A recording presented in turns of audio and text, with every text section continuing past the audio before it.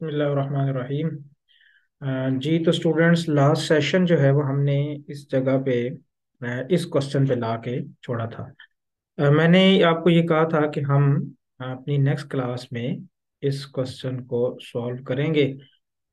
तो अब हमारे पास ये सामने कुछ ट्रांजैक्शंस लिखी हुई हैं। अच्छा, अभी ना हम लोग जो बाकायदा एक न्यूमेरिकल क्वेश्चंस होते हैं ना, उसके बजाय फिर हम जा रहे हैं अभी कॉस्ट आइडेंटिफिकेशन की एक्टिविटीज पे। देखिए, मैं ये चाहता हूं कि आप लोगों की कॉस्ट आइडेंटिफिकेशन इतनी स्ट्रांग हो जाए, आपको मतलब आपके सामने कोई नाम ले और आपको पता चल जाए जी कि प्राइम कॉस्ट क्या होती है, कन्वर्जन कॉस्ट क्या होती है, फैक्ट्री ओवरहेड कॉस्ट क्या होती है, प्रोडक्शन कॉस्ट क्या होती है, टोटल कॉस्ट क्या होती है, कॉस्ट ऑफ गुड सोल्ड क्या होती है। आपकी कॉस्ट आइडेंटिफिकेशंस अगर स्ट्रांग हो गई तो समझे आपके लिए कॉस्ट एंड मैनेजरियल अकाउंटिंग आसान हो गई। तो उस मकसद के लिए आज एक और एक्टिविटी आपके सामने लेकर आए हैं। इसको करते हैं ज़रा। ऊपर वाली ट्रांजैक्शंस के लिए सिर्फ थोड़ी देर के लिए हम अपनी वीडियो को जो है स्टॉप करते हैं ताकि आपको वो नज़र आ सके। अच्छा, पहली ट्रांजैक्शन जी है। हमने यहाँ पे हमारे पास एक टेबल है और इस टेबल के अंदर हमने आइडेंटिफाई करके उसको लगाना है कि कौन सी कॉस्ट कहाँ पर जाती है। लेदर यूज्ड ₹400 पर पेयर। अच्छा, देखो, आपको ना एक टेक्निक बताता हूँ कॉस्ट बिहेवियर को समझने की भी। अगर पर यूनिट आ जाए, यानी पर पेयर हो गया, पर चेयर हो गया, कुछ भी जिसके साथ पर और आगे यूनिट लिखा हुआ आ जाए, तो इसका मतलब ये होगा कि ये वेरिएबल कॉस्ट है। पहली बात तो ये। और दूसरा मतलब ये होगा कि ये प्रोडक्ट कॉस्ट है। अब वो पर आवर्स पे किसी की वेजेस हैं, तो वो जो है यानी पर प्रोडक्ट किसी की वेजेस हैं, तो वो हमारी वेरिएबल कॉस्ट भी होगी और प्रोडक्ट कॉस्ट के अंदर लेबर कॉस्ट भी होगी। ठीक है। अच्छा, अगर वो हमारे पास पर के साथ कोई मटेरियल, जैसे ये लेदर है, लेदर यूज्ड ₹400 पर पेयर, तो ये आप देखें कि ये हमारे पास जो है ये क्या होगा, वेरिएबल कॉस्ट होगी, और उसके साथ ये क्या होगा, डायरेक्ट मटेरियल होगा। क्योंकि पर जिसके साथ आ गया वो वेरिएबल भी होगा और डायरेक्ट भी होगा, पर और आगे यूनिट हो। अच्छा, अगर पर के साथ टाइम पीरियड आ जाए, अभी आगे एग्जांपल्स आने वाली हैं, पर के साथ क्या आ जाए, टाइम पीरियड, यानी पर ईयर, पर मंथ, तो एक तो वो फिक्स्ड कॉस्ट होगी, दूसरी बात यह है कि वो डायरेक्ट कॉस्ट नहीं होगी। Let's see. अच्छा, ये यूनिट ऑफ प्रोडक्ट को हम डायरेक्टली असाइन कर सकते हैं, बिल्कुल कर सकते हैं जी। सेकंड वाली पे जाते हैं जी। पीवीसी सोल्स ₹100 पर पेयर, वही बात है, सेम सोल्स हैं और ₹100 पर पेयर है। तो ये हमारे पास क्या होगी, वेरिएबल कॉस्ट होगी और डायरेक्ट मटेरियल होगा, और यूनिट ऑफ प्रोडक्ट को भी हम इसको डायरेक्टली असाइन कर सकते होंगे। Wages of workers engaged in manufacturing operations ₹45 पर पेयर। फिर यूनिट आ गया, तो यूनिट आया तो ये क्या होगी, चले आप लोग बताएं, यूनिट आ गया तो ये क्या होगी, वेरिएबल कॉस्ट। एक्सीलेंट। अच्छा, वेरिएबल कॉस्ट तो ये हो गई। अब ये मटेरियल तो नहीं है ना, वेजेस ऑफ वर्कर्स है, तो ये है तो डायरेक्ट, लेकिन मटेरियल नहीं है, बल्कि ये क्या है, डायरेक्ट लेबर है। ठीक हो गया।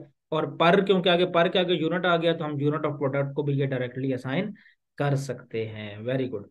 अच्छा, फोर्थ वाले में देखें, salary of factory supervisor ₹80,000 per year. अब भी पर का वर्ड तो आया है, लेकिन आगे यूनिट नहीं आया। अब आगे क्या आया है, आगे आ गया है जी टाइम पीरियड। तो जब टाइम पीरियड आएगा तो फिर वो वेरिएबल कॉस्ट नहीं होगी। अब याद हो गया, पर यूनिट आए वेरिएबल कॉस्ट, पर आगे टाइम पीरियड आ जाए तो वो क्या हो जाएगी, फिक्स्ड कॉस्ट जी। एक्सीलेंट। तो ये हमारे पास हो गई फिक्स्ड कॉस्ट, और इसके साथ साथ ये और क्या हो गया, जरा वीडियो ऑन कर लेते हैं ताकि थोड़ा सा हमारा इंटरेक्शन बना रहे।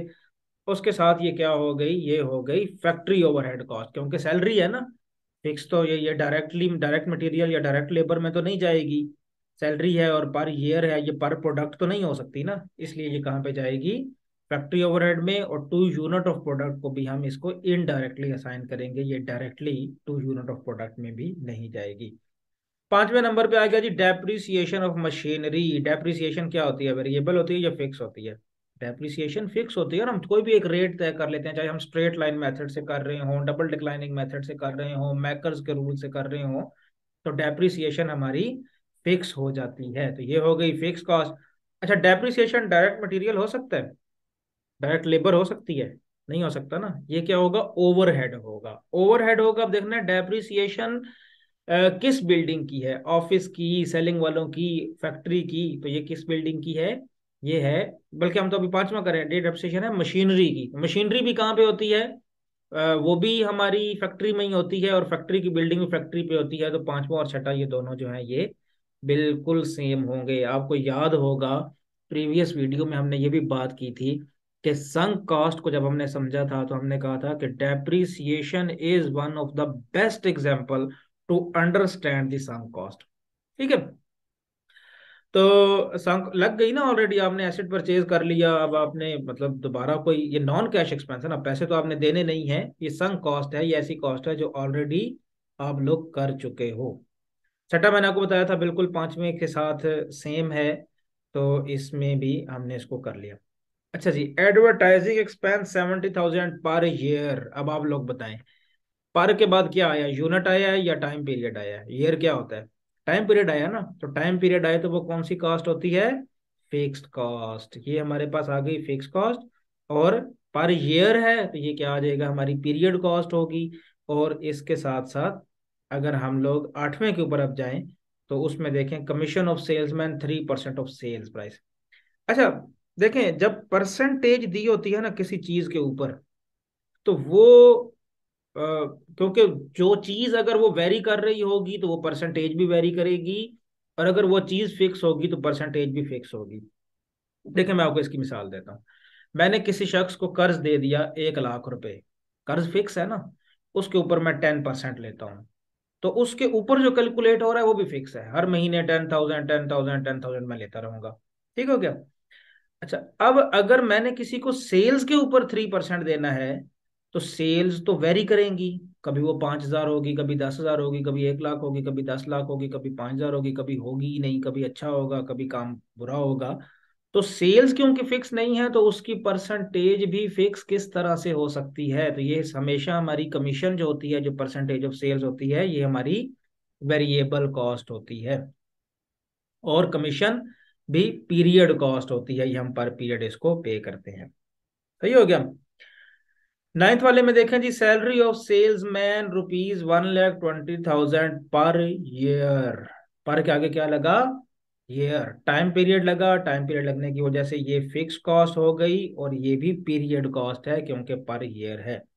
अच्छा, interest on capital invested in the business by the partner 3,50,000। Interest on capital, यानी आप ये देखें ना, इस कैपिटल को वो कहीं और भी इन्वेस्ट कर सकते थे ना, तो इस कैपिटल को कहीं और इन्वेस्ट करते तो वहां से उनको जो इंटरेस्ट रिसीव होता या वहां से उनको जो बेनिफिट होता, वो वो बेनिफिट, या उस पैसे को उन्होंने अपने कारोबार में इन्वेस्ट कर दिया, वो बेनिफिट।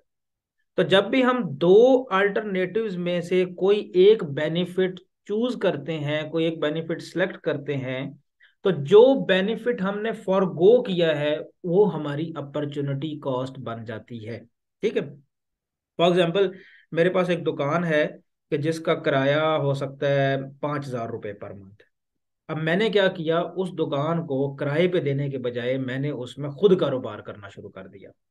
तो खुद कारोबार करना शुरू किया तो मुझे उससे बेनिफिट तो होगा, लेकिन वो जो अल्टरनेटिव बेनिफिट था, यानी 4,000 5,000 पर मंथ जो भी मुझे किराया रिसीव होना था, वो तो मैंने छोड़ दिया ना। तो जो अल्टरनेटिव बेनिफिट हम छोड़ देते हैं किसी दूसरे बेस्ट अल्टरनेटिव के लिए, उसे हम क्या कहते हैं कि वो हमारी अपॉर्चुनिटी कॉस्ट थी।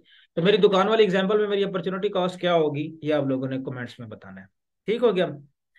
अच्छा जी, उसके बाद जो अपॉर्चुनिटी कॉस्ट है, क्योंकि ये तो हमारी फिक्स होती है, यानी जैसे हमारी दुकान का किराया वो फिक्स था, हम एक चीज़ को छोड़कर दूसरी तरफ आते हैं तो वो वेरिएबल तो नहीं हो सकती, और ये साथ में क्या हो गई? अपॉर्चुनिटी कॉस्ट हो गई।